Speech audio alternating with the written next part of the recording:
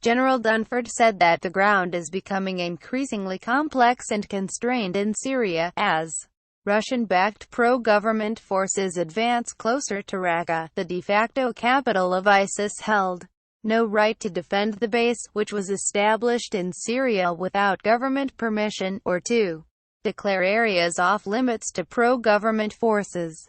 Defense Secretary Jim Mattis said on Friday that the convoy included some Iranian-backed militia forces, but Pentagon officials said it was too soon to say whether Iran had directed the convoy to attack the rebel training base, which is near the border with Jordan. The airstrike came against the backdrop of a broader geopolitical contest to take control of areas of eastern Syria held by the Islamic State, as well as of the highway from Damascus to Baghdad, which passes through the area where the strike took place.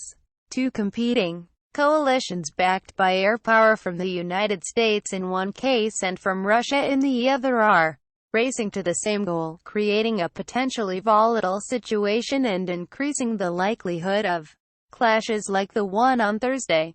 Sana'a, the Syrian state news agency, said the strike unmasked fake territory in Syria, and are already fighting in cities to the south like Deir ez-Zor. The general claims by the Americans that they were fighting terrorism, adding that anyone claiming to be fighting the Islamic State and Al-Qaeda should direct strikes against them and not against Syrian and allied forces. Video posted online showed what was described as the aftermath of the attack.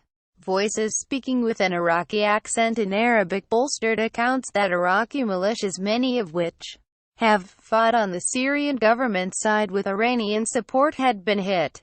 A day before the attack, Iraq's National Security Advisor, Fayla al-Fayed, who acts as a go-between for Iran and the United States on the battle against the Islamic State in Iraq, had visited President Bashar al-Assad of Syria in Damascus to reaffirm Iraqi and Syrian government cooperation against the extremist group. The militia, Sayyid al-Shuhada, or Master of Martyrs, said in a statement that the United States had forgotten the role played by the resistance in Iraq during the war there and said that, in addition to a communications channel between Russian officers in Syria and American forces of interfering in their fight against the Islamic State, targeting our presence in Syria is targeting us in Iraq too, and we will strike the enemy and its supporters everywhere, the statement said. The recriminations came as the latest round of talks in Geneva on the Syria crisis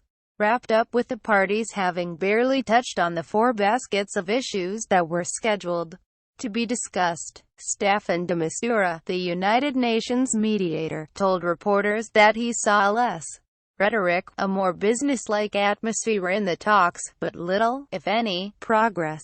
He said he hoped to bring the Syrian parties back to Geneva for another round sometime in June. Russia's Middle East envoy, Mikhail Bogdanov, complained on Friday about the approach taken by the United States, calling it contradictory. The impression that the new administration gives is that it does not have any tactics, nor more importantly does it have any strategy, he told reporters in Russia.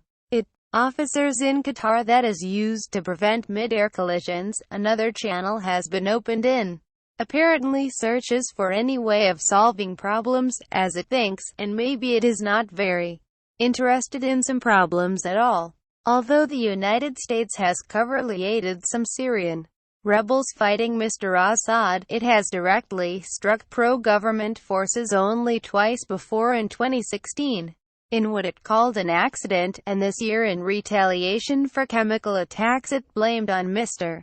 Assad's forces. The area where the convoy was struck is strategically important to the United States, which wants to stabilize Iraq where it has a long-term military and political investment, and to Russia, which wants to strengthen the Syrian government's control of as much territory as possible. The area is also critical to Iran, which wants secure corridors from its borders to the Mediterranean in order to reinforce its influence in Lebanon and to maintain an ability to challenge, which a 3-star general in Washington now speaks regularly with his counterpart in Moscow. United States military officials said on Thursday that in the airstrike, American warplanes hit a convoy of pro-government militia forces because it was approaching a base where American and British Special Operations troops trained Syrian rebels to fight the Islamic State.